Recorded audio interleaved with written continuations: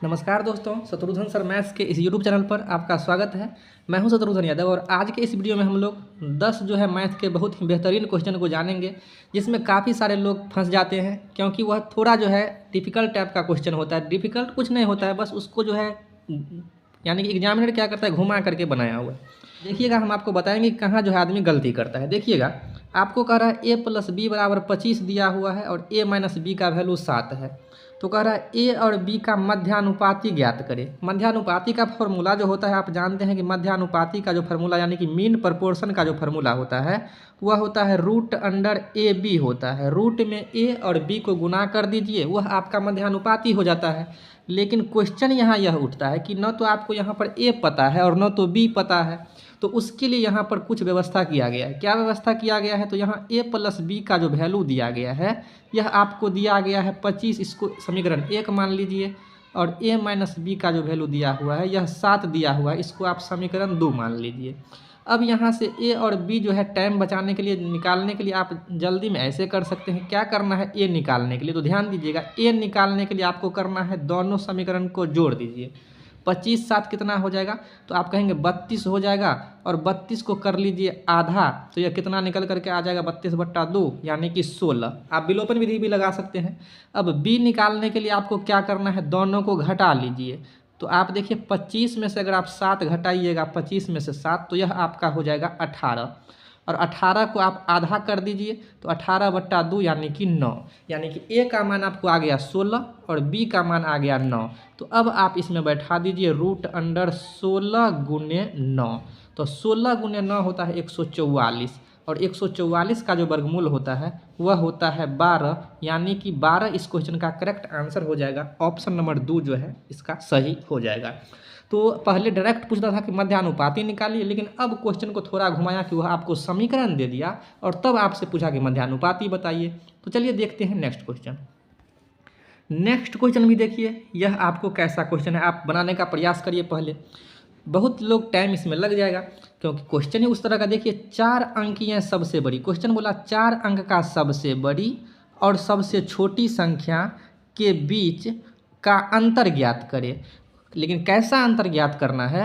जो 36 और 48 से पूर्णतः विभाज्य है। कहने का मतलब क्वेश्चन तो बस इतना था कि 4 अंक की सबसे बड़ी संख्या, तो आप जानते हैं 4 × 9 होता है, यह 4 अंकों की सबसे बड़ी संख्या है।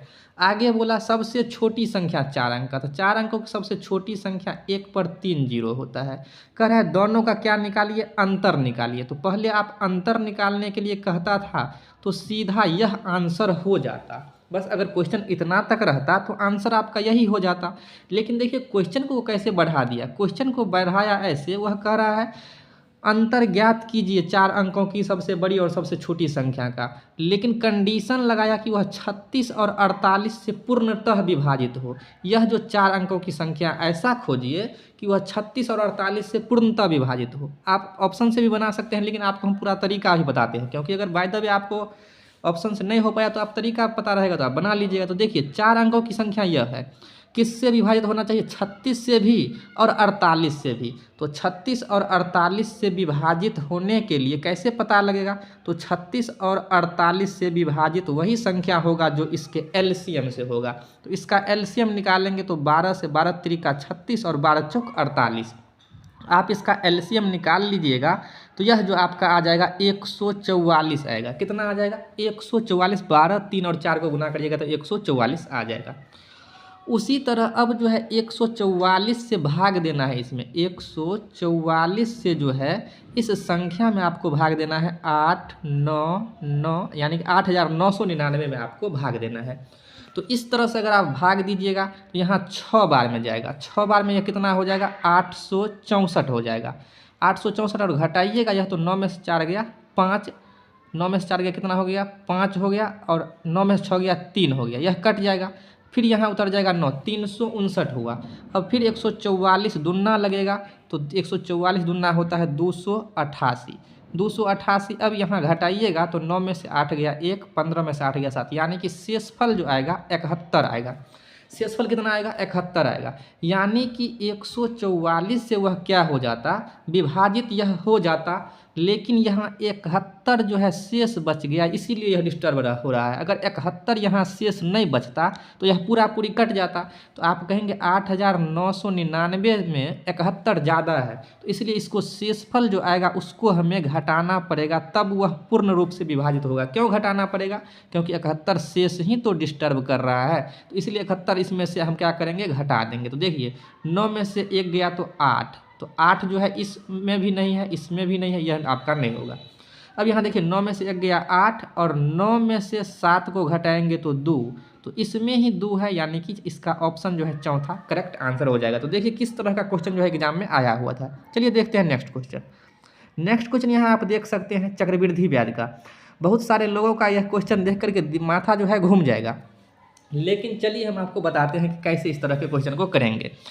आपको फिर बता दे रहे हैं, वही क्वेश्चन हम लेकर के आते हैं जो क्वेश्चन जो है ज़्यादा बार एग्जाम में पूछता है और बहुत सारे लोगों को जो है प्रॉब्लम करता है। देखिएगा क्वेश्चन बोला कितने वर्षों में, आपके दिमाग में आ गया होगा कि अच्छा आपसे टाइम पूछा गया है, बिल्कुल टाइम ही पूछा गया है।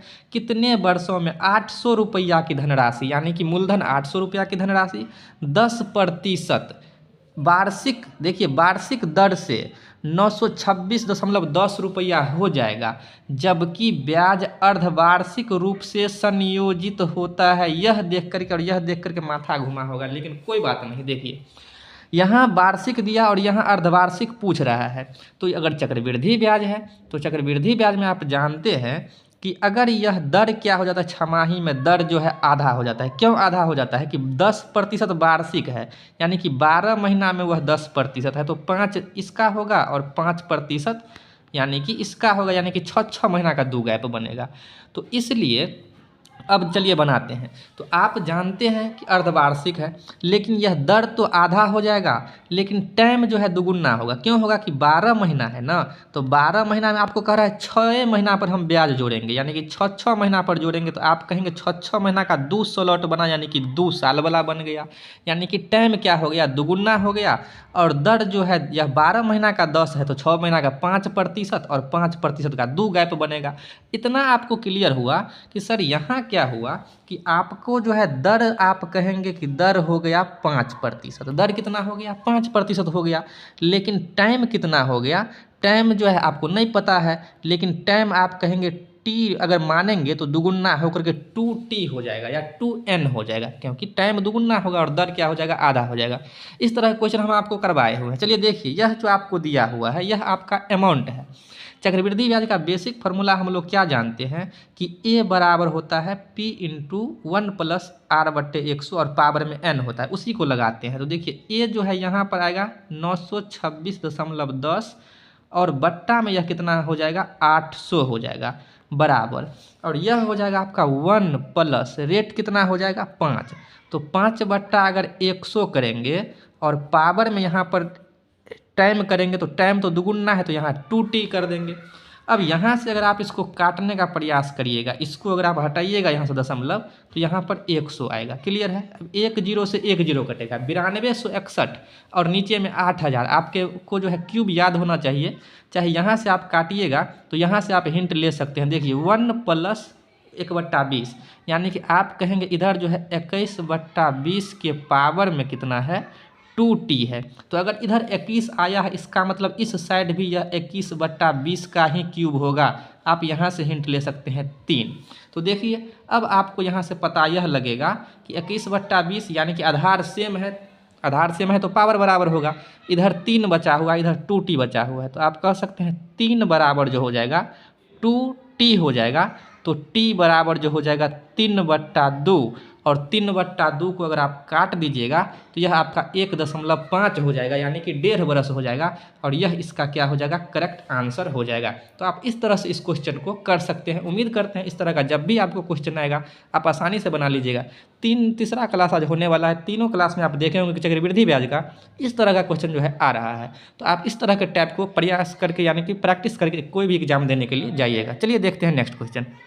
नेक्स्ट क्वेश्चन देखिए, नेक्स्ट क्वेश्चन क्या कहा जा रहा है, टाइम एंड वर्क से क्वेश्चन है। क्या कह रहा है क्वेश्चन में आपसे बोला जा रहा है कि ए और बी मिलकर एक कार्य को 50 घंटे में पूरा कर सकते हैं, बी और सी मिलकर 75 घंटे में पूरा कर सकते हैं, ए और सी मिलकर के 25 घंटे में पूरा कर सकते हैं। तो कह रहा है वह समय ज्ञात करें जिसमें ए बी और सी मिलकर कार्य को पूरा करेंगे, यानी कि ए बी सी कितने दिन में। तो आपको इस तरह को आप ए प्लस बी का जो टाइम दिया हुआ है वह दिया हुआ है 50 घंटा। उसी तरह बी और सी का जो टाइम दिया हुआ है वह दिया हुआ है 75 घंटा। और ए और सी का जो टाइम दिया हुआ है वह आपका दिया हुआ है कितना, तो यह दिया हुआ है 25 घंटा। तीनों का अगर आप एलसीएम ले लीजिएगा तो तीनों का जो एलसीएम आपका आ जाएगा वह एलसीएम निकालिएगा 50, 75, 25 का, तो वह आपका आ जाएगा 150। और 150 क्या है, कुल काम है। तो क्षमता कैसे निकलेगा, 50 दूना 100, 50 त्रिका 150, 75 दूना कितना हो जाएगा 150, और 25 छक्के कितना हो जाएगा 150। यानी कि क्षमता जो हो गया 3, 2 और 6 हो गया। तो यह तो ए और बी का क्षमता है, और यह बी और सी का है, और यह ए और सी का है। लेकिन आपको जो समय निकालना है ए प्लस बी प्लस सी का निकालना है। तो ए प्लस बी का समय बराबर अगर होता है कुल काम, तो कुल काम कितना है 150 है। कुल काम बट्टे क्या होता है क्षमता, किसका क्षमता, ए बी और सी का क्षमता। तो ए बी और सी का क्षमता निकालना आपको डायरेक्ट जो है, आप जहाँ भी पढ़े होंगे आपको बताया गया होगा कि तीनों को जोड़ दीजिए, यानी कि 3, 2 और 6 को तीनों को जोड़ दीजिए तो 6 और 2 8 और 3 कितना हो जाएगा 11। और इसको क्या कर देना है, आधा कर देना है। इसको क्या कर देना है, आधा कर देना है। आधा क्यों किया जाता है वो बेसिक से बनेगा, आपको पता लग जाएगा। तो तीनों का क्षमता कितना आ गया 11/2।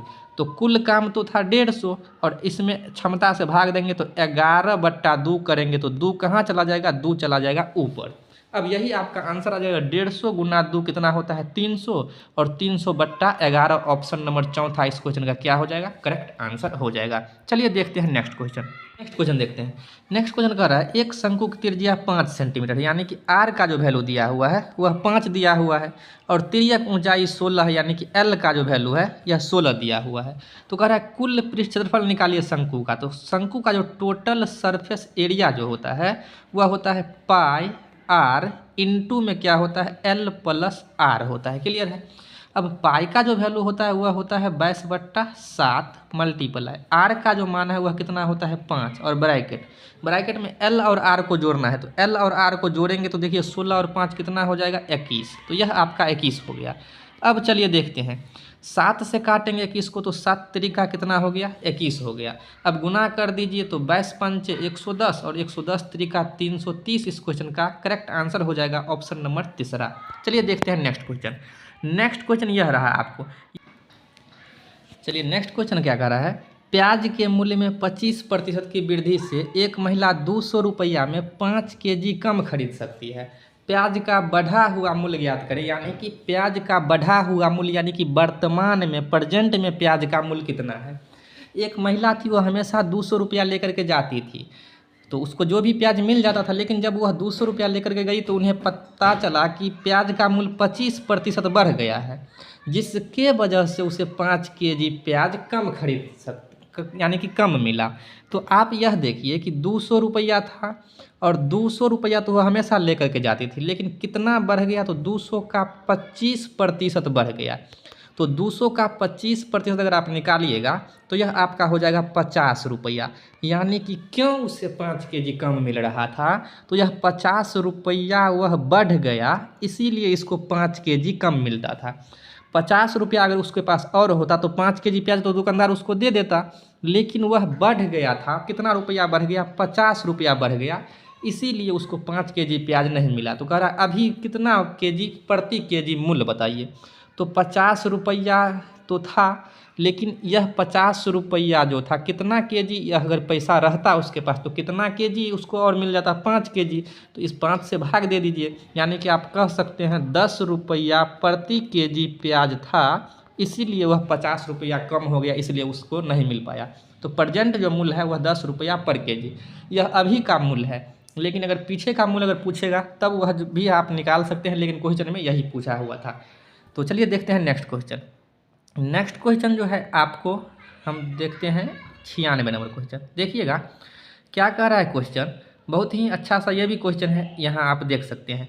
यह जो है क्वेश्चन देख करके बहुत आदमी कन्फ्यूज हो जाएंगे। क्यों कन्फ्यूज हो जाएंगे, क्योंकि कन्फ्यूज करने वाला क्वेश्चन ही वो दिया है। देखिए क्या बोला क्वेश्चन, ये बोला क्वेश्चन में ये कहा गया यदि मशीन ए और बी क्रमशः 9 घंटे और 12 घंटे में 1100 यूनिट का उत्पादन कर सकती है, 9 घंटा और 12 घंटा में 1100 यूनिट उत्पादन कर सकती है, तो कह रहा है वही मशीन ए और बी इन नियत दरों पर एक साथ काम करते हुए कितने घंटे में 1100 यूनिट का उत्पादन कर सकती है। यानी कि 9 घंटा में करता है और यह भी 12 घंटा में काम को पूरा करता है, तो 1100 यूनिट का उत्पादन कर देता है। तो कह रहा है अगर दोनों मिल जाए तो इसी 1100 यूनिट को वह कितने समय में उत्पादन करेगा। तो देखिए यह 1100 यूनिट रहे चाहे कुछ रहे, यहाँ भी जितना है उतना यहाँ है, यह आपको दिया हुआ है केवल कन्फ्यूज करने के लिए, इसका कोई मतलब ही नहीं है। 1100 दे दे, 1200 दे दे, 575 दे दे, कुछ दे दे, इसका कोई मतलब नहीं है। आप जो जानते हैं वही लगाइए। ए जो है कितना घंटा में, 9 घंटा में, और बी कितना घंटा में करता है, 12 घंटा में। तो कुल काम यहाँ जो आपका बन जाएगा वह 36 बन जाएगा, चाहे यहाँ 1100 बन जाए, कुछ बन जाए, कोई फर्क नहीं पड़ेगा। तो 9 चौक हो जाएगा 36 इसका क्षमता, और 12 त्रिका कितना हो जाएगा 36, यह इसका आ गया क्षमता। तो आप जानते हैं कि दोनों अगर मिल कर के करेगा तो ए प्लस बी कितना काम, 36 काम, बट्टा दोनों का क्षमता 4 क्षमता और 3 क्षमता, जोड़ देंगे तो 7, यानी कि 36/7 इस क्वेश्चन का क्या हो जाएगा, करेक्ट आंसर हो जाएगा। और वह जो है आपको ऑप्शन नंबर मिल जाएगा बी में, यानी कि यह इसका क्या हो जाएगा, आंसर हो जाएगा। चलिए देखते हैं नेक्स्ट क्वेश्चन। नेक्स्ट क्वेश्चन देखिए क्या कह रहा है। कह रहा है किसी अनुपात में प्रथम और चतुर्थ पद का गुणनफल 70 है। प्रथम पद और चतुर्थ पद यानी कि पहला पद और चौथा पद को गुना करने पर 70 है, और दूसरा पद और तीसरा पद को गुना करने पर 3.5x है। तो x का मान क्या होगा, यानी कि इस तरह से a और b अनुपात है और समानुपात में क्या है, c और d है। तो यह पहला पद हुआ, दूसरा, तीसरा, चौथा, इस तरह से है। अब यह क्या बोला है कि पहला और चौथा पद का गुणनफल। तो देखिए अगर इसको हम ऐसे लिखेंगे, आपको थोड़ा हम बता दे रहे हैं बेसिक से, a/b लिखेंगे, इसका मतलब होता है बराबर, और इसको हम क्या लिखेंगे, c/d लिखेंगे। अगर बाय क्रॉस अगर हम इसको कर दें तो आप कहेंगे a और d का गुना होगा और b और c का गुना होगा, तो आप कहेंगे AD बराबर क्या हो जाएगा, BC हो जाएगा। तो देखिए पहला पद और चौथा पद, ध्यान से देखिए क्वेश्चन को कैसे घुमा दिया था। पहला पद और चौथा पद, इसका गुणनफल दे दिया 70। तो देखिए A से D का गुना, पहला और चौथा का गुणनफल, यानी कि गुणनफल है कितना दिया हुआ है। तो यहाँ से आप देख लीजिए, इसको देखिए पहला और चौथा का गुणनफल कितना दिया हुआ है, 70 दिया हुआ है, बराबर है तो बराबर। और देखिए दूसरा और तीसरा यानी कि B और C, इसका गुणनफल कितना है, यानी कि B और C का गुणनफल है 3.5x दिया हुआ है। तो अगर आप इसको काटिएगा तो यहाँ से अगर यह दशमलव हम हटा देते हैं, यह दशमलव हटेगा तो इधर एक और जीरो बढ़ जाएगा, तो 35 दूना कितना हो जाएगा 70, और एक जीरो यानी कि x का जो वैल्यू हो जाएगा 20, इस क्वेश्चन का करेक्ट आंसर हो जाएगा। तो वह जमाना चला गया कि डायरेक्ट आपसे पूछ लेता था कि मध्य अनुपात ही सब निकालिए, पूछता हुआ ही है लेकिन थोड़ा घुमा करके पूछता है। चलिए देखते हैं नेक्स्ट क्वेश्चन। नेक्स्ट क्वेश्चन फिर से जो है आ गया है मेंसुरेशन का। क्या बोला, 14 सेंटीमीटर ऊंचाई वाले लंबवृत्तीय बेलन का वक्र पृष्ठ क्षेत्रफल 110 सेंटीमीटर है। बेलन का आधार व्यास ज्ञात करें, जबकि पाई का वैल्यू बोला है 22/7 प्रयोग करिए। कोई बात नहीं, आप जानते हैं बेलन का जो वक्र पृष्ठ होता है, बेलन का वक्र पृष्ठ क्षेत्रफल जो होता है, कर्व्ड सरफेस एरिया जो होता है, वह क्या होता है, तो वह होता है 2πr/h, यही होता है। तो देखिए r का मान जो है आपको नहीं पता है, जबकि ऊंचाई जो है 14 दिया हुआ है। तो देखिए यहाँ 2 लिखेंगे, पाई का वैल्यू क्या होता है 22/7 लिखेंगे, r हमें नहीं पता है, जबकि h जो है ऊंचाई हमें 14 दिया हुआ है, और एक और हमें यह क्षेत्रफल दिया हुआ है कितना 110। तो इस साइड हम क्या लिखेंगे 110 लिखेंगे। अब काट लेते हैं, कैसे काटेंगे, तो देखिए 7 से काटेंगे तो 7 दूना कितना हो जाएगा 14, 22 से 110 को काटेंगे तो 22 पंचे कितना हो जाएगा 110, यानी कि अब तो नहीं कटेगा, तो इधर बच गया 5 बराबर 2 और इधर 2 और r बचा हुआ है, तो 2 दूना 4r। तो r का जो वैल्यू हो जाएगा 5/4, यानी कि त्रिज्या क्या हो गया 5/4। लेकिन आपसे त्रिज्या नहीं पूछा है, आपसे पूछा है व्यास। तो अगर त्रिज्या 5/4 है तो आप जानते हैं व्यास क्या होता है, उसका दुगुना होता है। तो 5/4 और मल्टीप्लाई कितना हो जाएगा 2, तो 2 दूना कितना हो जाएगा 4, तो कितना हो गया 5/2 और 5/2 को अगर आप काटोगे 5/2 को, तो यह कितना आ जाएगा 2.5, यानी कि व्यास कितना आ जाएगा 2.5। अगर आपको समझ में नहीं आया तो आप फिर से देख सकते हैं। ऑप्शन नंबर दूसरा इस क्वेश्चन का करेक्ट आंसर हो जाएगा। चलिए देखते हैं next question. Next question 99 number question क्या कह रहा है।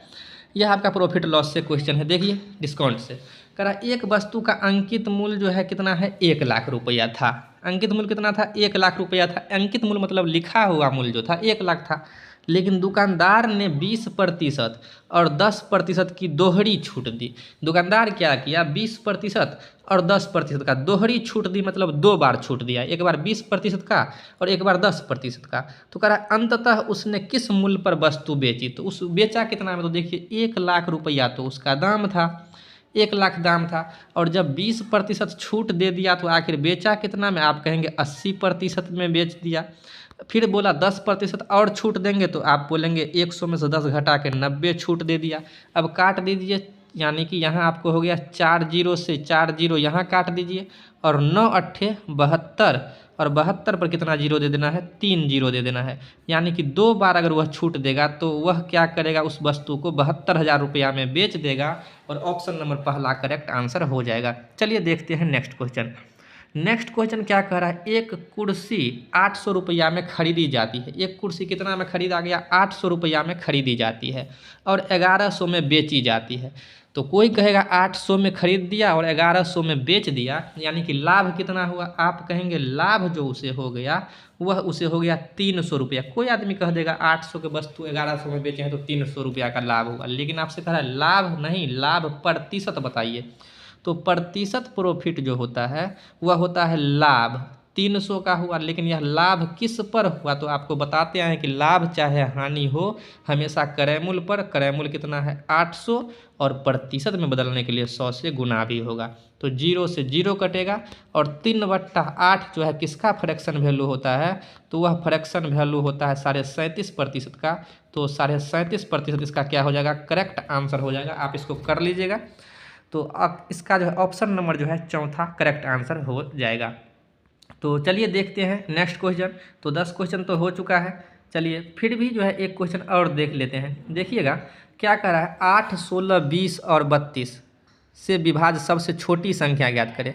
कह रहा है 8, 16, 20 और 32 से विभाज्य सबसे छोटी संख्या ज्ञात करें। तो जब छोटी लिखा रहे इसका मतलब लघुत्तम होता है, बड़ी से बड़ी लिखा रहे तो महत्तम होता है। तो 8, 16, 20 और 32 का अगर आप लीजिएगा एलसीएम, तो 8, 16, 20 और 32 का अगर आप एलसीएम लेते हैं तो एलसीएम निकाल लीजिएगा। इसका एलसीएम निकालने पर आपको आ जाएगा 160, जो कि ऑप्शन नंबर ए में है। तो आज रखते हैं यहीं तक, मिलते हैं नेक्स्ट वीडियो में।